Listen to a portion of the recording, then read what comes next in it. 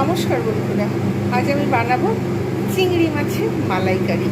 চিংড়িগুলোকে পরিষ্কার করে নিয়েছি, আর এর মাথার এখানে যে একটা সরু সুতো থাকে সেটাকেও সাবধানে বের করে নিয়েছি।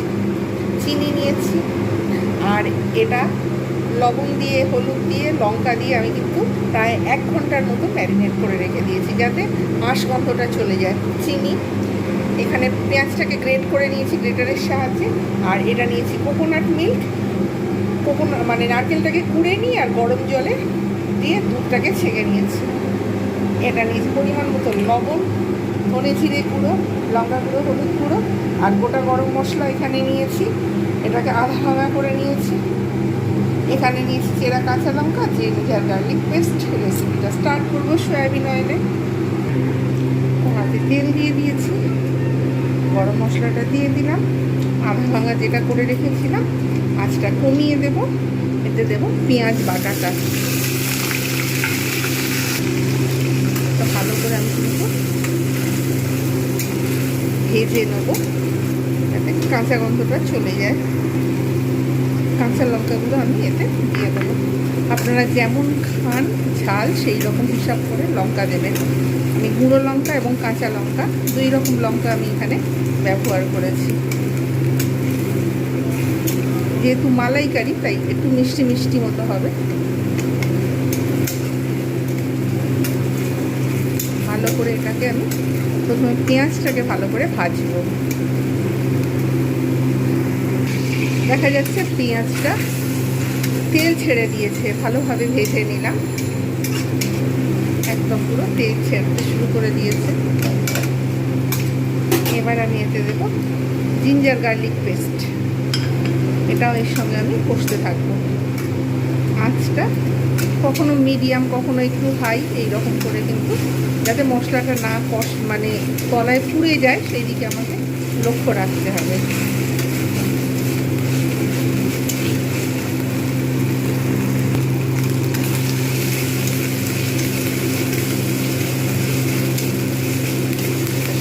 খুব ভালোভাবে আমি কিন্তু কষে নিলাম। এবারে আমি ধনে জিরে গুঁড়োটা দেব, লঙ্কা গুঁড়ো, হলুদ গুঁড়োটা দেব। এগুলো সব কিন্তু খুব ভালোভাবে আমি এগুলো কষতে থাকবো। আঁচ কমিয়ে বাড়িয়ে নিতে হবে।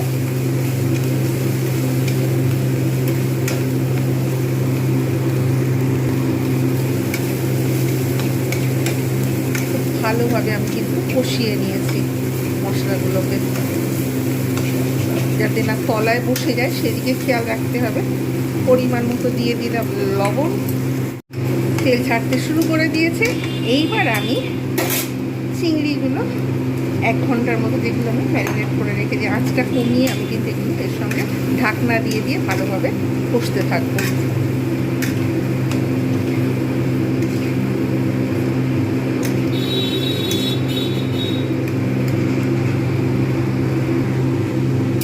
ভালোভাবে আমি 2-3 মিনিট ধরে ধরে আমি কিন্তু আঁচটা কমিয়ে কষে নিয়েছি চিংড়িগুলোকে।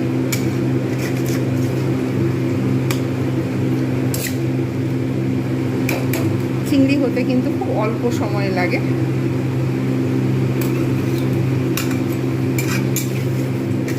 এইবার আমি এর মধ্যে দিয়ে দেবো, যেহেতু তেল অলরেডি ছাড়তে শুরু করে দিয়েছে, ভালোভাবে কষে নিয়েছি।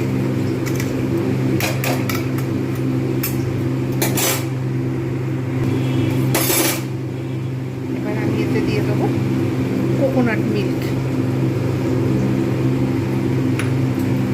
এতে আরেকটু জল ব্যবহার করব। আপনারা যেমন এর ঘনত্ব পছন্দ করবেন, থিকনেসটা যেমন পছন্দ করবেন সেই রকম রাখবেন। আমি এতে দুধ ব্যবহার করেছি, তাই আমি এতে কিন্তু টমেটো ব্যবহার করিনি। আরেকটু জল দেব।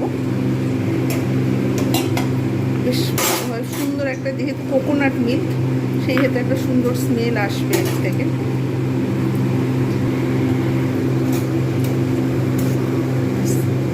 আমি এর থিকনেসটা এইরকম রেখেছি, আর একটু ফুটিয়ে নিয়েছি ভালোভাবে।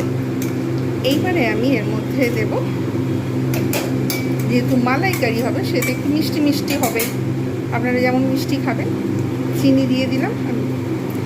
যেহেতু আমরা মিষ্টি মিষ্টি পছন্দ করি তাই এতে দিয়ে দিলাম পরিমাণ মতো চিনি। আর শেষে এইবার একটুখানি দেবো ঘি। ঘিটা না দিলে কিন্তু টেস্ট ঠিকঠাক আসবে না, অল্প একটু ঘি দিয়ে দিলাম। আর এইবার আমি সার্ভ করব আর দেখাবো আজকের রেসিপিটা কেমন হয়েছে। চিংড়ি মাছের মালাইকারি, এটা একটা ট্র্যাডিশনাল বাঙালি ডিশ। এইবার আমি এটাকে সার্ভ করব। আপনারা বাড়িতে অবশ্যই এইভাবে বানান, পোলাও, রুটি, ভাত সব কিছুর সঙ্গে এনজয় করুন।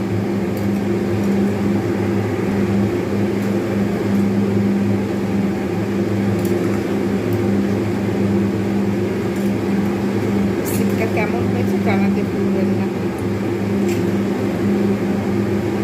এইরকম নিত্য নতুন ভিডিও পেতে প্রত্যেকের কাছে অনুরোধ রইল আমার চ্যানেলটাকে সাবস্ক্রাইব করুন। যারা দেখছেন, কমেন্ট করছেন, তাদের অসংখ্য ধন্যবাদ। আজকের মতো এতটুকুই। প্রত্যেকে ভালো থাকুন, সুস্থ থাকবেন। Bye bye and take care. তৈরি হয়ে গেল একেবারে বাঙালিদের ট্র্যাডিশনাল ডিশ, চিংড়ি মাছের মালাইকারি।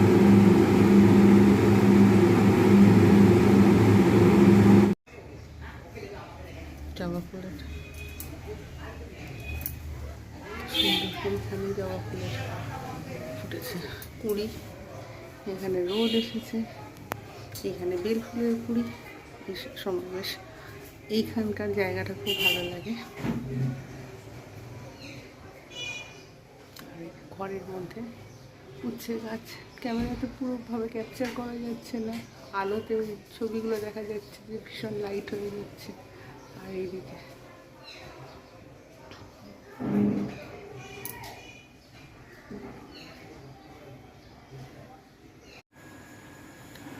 3:30টার সময়। এখন এই যে উপরে একটু রোদ থাকে, উচ্ছে গাছগুলো দেখতে একটু রোদ। আর এই যে ছোট ছোট ছোট ছোট সব উচ্ছে হয়েছে। আর এইখানে সব গাছগুলো সব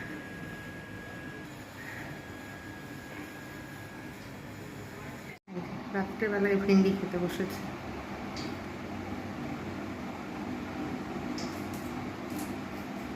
খুব খুশি হয়ে ভেন্ডি খাচ্ছে।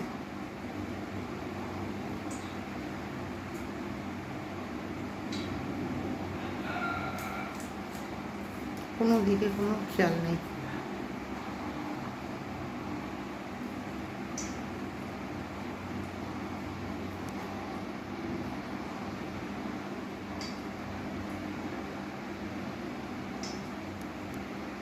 কখনো কখনো পেয়ারা খেতে পছন্দ করে, আবার কখনো কখনো কাঁচা ছোলা, কখনো কখনো ভেন্ডি। এখন ভেন্ডি খেতে ব্যস্ত, কোনো দিকে কোনো খেয়াল নেই।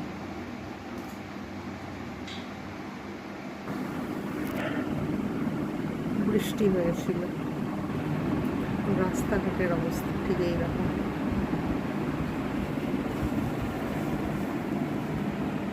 ওয়েদারটা আজকে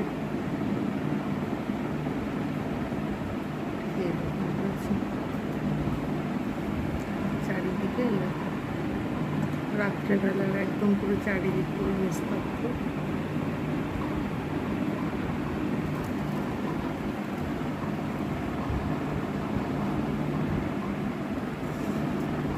জানলা থেকে রাত্রেবেলার ভিউ আকাশে নিস্তব্ধ চারিদিকে। একটু আগে বৃষ্টি হয়েছিল, আর এখনকার ওয়েদারটা এরকম।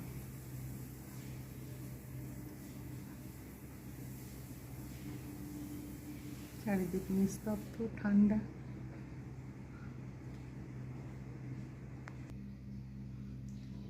চোখে ঘুম, রাত্রেবেলায় একটু ঘুমোচ্ছিল। আমি যে একটু লুকিয়ে লুকিয়ে ভিডিও করতে এসেছি, অমনি সঙ্গে সঙ্গে আবার জেগে উঠেছে।